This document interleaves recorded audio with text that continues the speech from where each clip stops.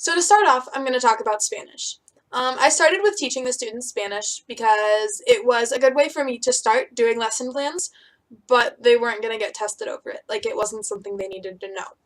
So my second week of field placement, I taught colors. And I actually went in, I made this worksheet, and I went in with it, with plans to do it, with plans to use it. And I decided with my supervising teacher to use a worksheet that she already had. So at the last minute, I switched my plans. It was a little bit stressful. I'm not even gonna lie, it was very stressful. But I definitely learned how to work through it and how to just kind of keep going, even though I didn't quite know what I was using. And it turned out a lot better than I thought it would. So then the next week I went in with this worksheet again, and we used this sheet as a kind of refresher, as a sort of test for the students. That way they could just double check to see that they knew the information that they needed to. And that proved very beneficial because a lot of the students weren't quite clear on some of the colors. They got orange and yellow mixed up because they both started with A. And that sort of thing. So I definitely found that having something, even if it's not something that, like, even if it's not a big deal, just having something for them to go back over is huge. So then the week after that, I actually taught numbers in Spanish. I taught 1 through 10, and I used this worksheet, and there's a back here. The biggest problem I found with it, the numbers don't go in order. I don't know why they don't, but they don't. So kids had a hard time seeing that trace is 3, not 2, and that 2 is down here. So I really learned with that how to work with individual students while still teaching the entire class. And that proved to be very beneficial as I moved on to other subjects.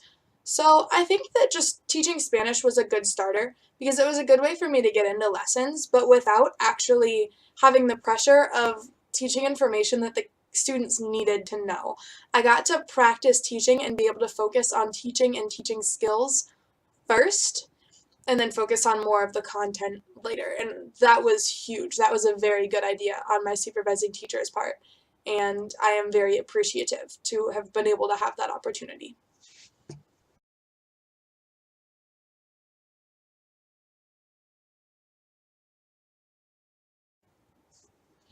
So next I'm going to talk about math. Math was a lot different than I expected. I worked in a second grade classroom last year, and it was a lot more open-ended there. It was a lot more like we had basically what we were supposed to teach, and we had to create the lesson plans to teach it. Whereas in this room, the students were all given a book, and we had a teacher copy of the book, my supervising teacher and I, and there were 3 worksheets per day. There was one that all of the students did together. It was a group worksheet. And then there was a second, and it was an individual sheet to test each student individually, I guess. And then there was a third, and it was their homework worksheet, and they were to take it home, complete it, bring it back, and they would get a grade on it for correctness. And it was very weird to me. It was a lot more closed off, whereas last year, it was more open-ended. There were a lot more activities that were able to be done, versus with this, you had to get through those worksheets. So math time was spent on those worksheets.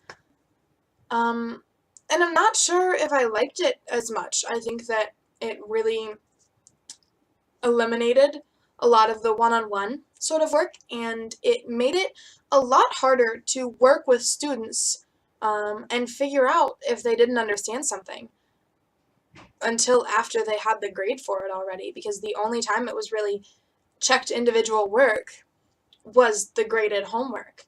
And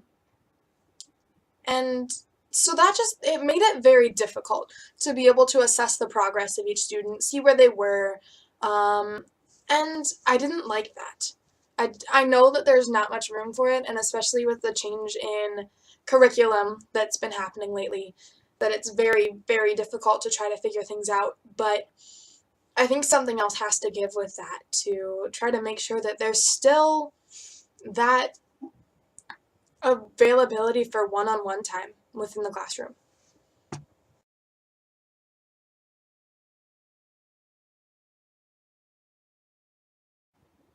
So next I want to talk about language arts.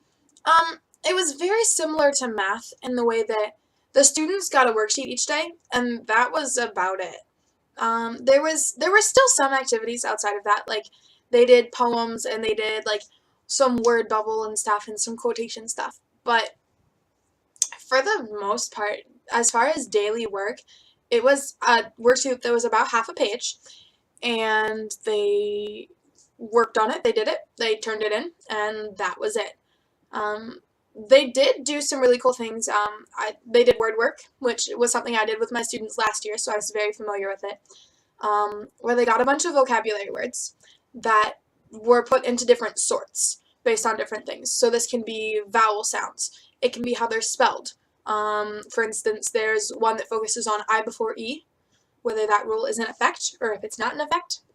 So there's like the I before E category, the EI category, and then the oddball category, where it seems like it should be one, but it's actually the other.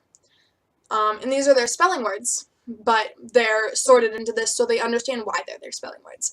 And they get a lesson further than that each time. So there was some beyond the worksheets, but it was still very much like focused on the worksheets and centered around the worksheets, which again didn't leave much room for individual work and counseling, which I thought was very different and very weird, and I'm not sure how I felt about it.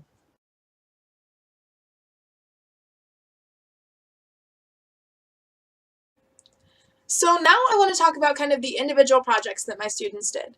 The way the class was structured was about every 2 weeks there was a new overarching concept, something that they would study.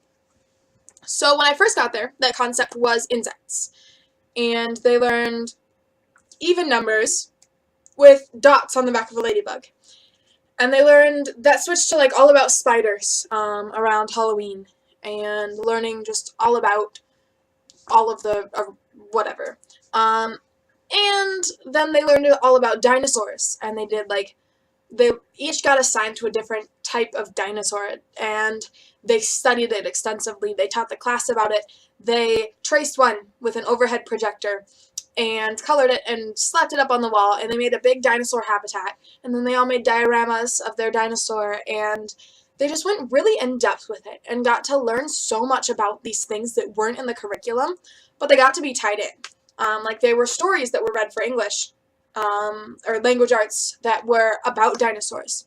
Or they did a study on Native Americans and Indians, and they did stories about that. They did like myths and the culture of it, and they learned all about it. And I actually was given burlap, and I made them like frocks to wear, tunics, and they decorated them. They learned how to weave things. They, as a reward for being good in class and listening and paying attention, they got beads that they could then sew onto their tunics, because they learned that in Native American culture, the more beads that you had on your tunic, the more decorated you were, the more valued in the tribe you were, the more beneficial to everyone you were. So they learned all of that through experience. And as I was leaving, in my last few weeks, they were learning about money. And so they earned their money for being good in class. And then there was actually like a little store that they could go to. It was on Fridays. It was opened up.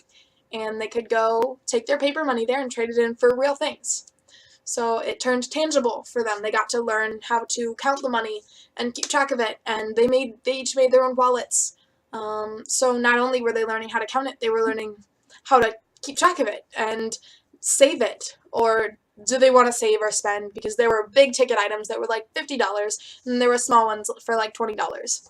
And it really taught them the value of money, especially in this case because it was like little toys for like $50. They really got to understand that this wasn't just things they were getting for free. They really had to earn these things, and that was huge.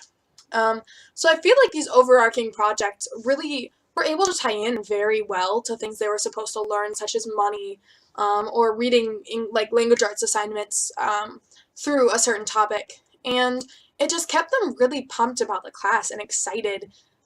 They got to learn about spiders around Halloween. That's pretty fun. It's just like stuff like that, I think, is what you have to do in an early childhood setting, and that's definitely something that I'll be taking away from this as I go, and just remembering that they're kids and you have to find some way to make it interesting because these kids are 7, 8, 9, maybe, like, they're not going to have fun with it unless you try to ensure that they have fun with it. So that's the biggest thing I learned.